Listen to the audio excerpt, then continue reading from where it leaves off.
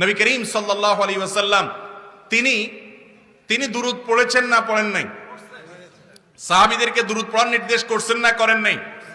তার দুরূদে নামাজের মধ্যে তিনি দুরূদ পড়ছেন না পড়েন নাই? আমরাও পড়তেছি না পড়ি নাই? এই দুরূদ আমরা যে পড়ি, এই দুরূদটা কি যার যারটা শেষে পড়ি, না সবাই মিলে একসাথে মিছিল দিয়ে পড়ি? সবাই একসাথে দলবদ্ধভাবে সুরে সুর মিলিয়ে তালে তাল মিলিয়ে পড়ি। তাহলে কিভাবে পড়ি? যার যারটা শেষে করি। নামাজের চাইতে গুরুত্বপূর্ণ মুহূর্ত মুসলমানের জীবনে আর থাকতে পারে? নবী করিম সাল্লাল্লাহু আলাইহি ওয়াসাল্লাম বলেছেন, মান সাল্লা আলাইয়া মাররাতান, যে ব্যক্তি আমার প্রতি একবার দুরূদ পাঠ করবে, সাল্লাল্লাহু আলাইহি আশরা, আল্লাহ তাআলা তার উপরে নাজিল করবেন রহমত কতবার?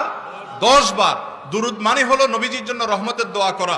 আল্লাহুম্মা সাল্লি আলা মুহাম্মাদের মানে হলো, ও আল্লাহ আপনি মুহাম্মদ সাল্লাল্লাহু আলাইহি ওয়াসাল্লামের প্রতি রহমত, অনুগ্রহ, বরকত নাজিল করেন, এই দোয়া করা। তো এই দুরূদটা নবী করিম সাল্লাল্লাহু আলাইহি ওয়াসাল্লাম নিজের প্রতি নিজে তিনি পাঠ করেছেন না করেন নাই? সাহাবা ইকরামদেরকে করতে বলেছেন না বলেন নাই?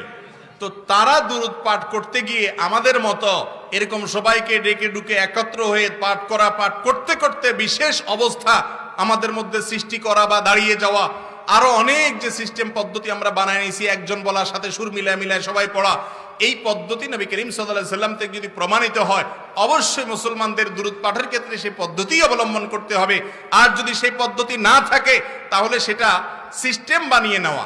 দুরূদ দাঁড়ায়ও পড়া যায়, বসেও পড়া যায়, কেউ চাইলে চলতে চলতে হাঁটতে হাঁটতেও পড়তে পারে। যেই ইবাদত করার জন্য শরীয়ত কোনো একটা হাইয়া, কোনো একটা অবস্থাকে ফিক্স করে দেয় নেই, সেটা যে কোনো অবস্থাতে করা যায়। কিন্তু যদি আপনি মনে করেন যে না, এটা পড়তে পড়তে আর বসা যাবে না, দাঁড়ায় যেতে হবে, অথবা এটা বসে করা যাবে না, দাঁড়ায়েই করতে হবে, অথচ হাদিসে সেরকম কোনো শর্ত দেয় নেই, তাহলে আপনি দিনের ভিতরে নতুন একটা জিনিস জোড়ায় দিলেন, সংযুক্ত করে দিলেন, নকল করে দিলেন, এডিশন করে দিলেন, এর ফলে সেটা বেদাতে পরিগণিত হতে পারে।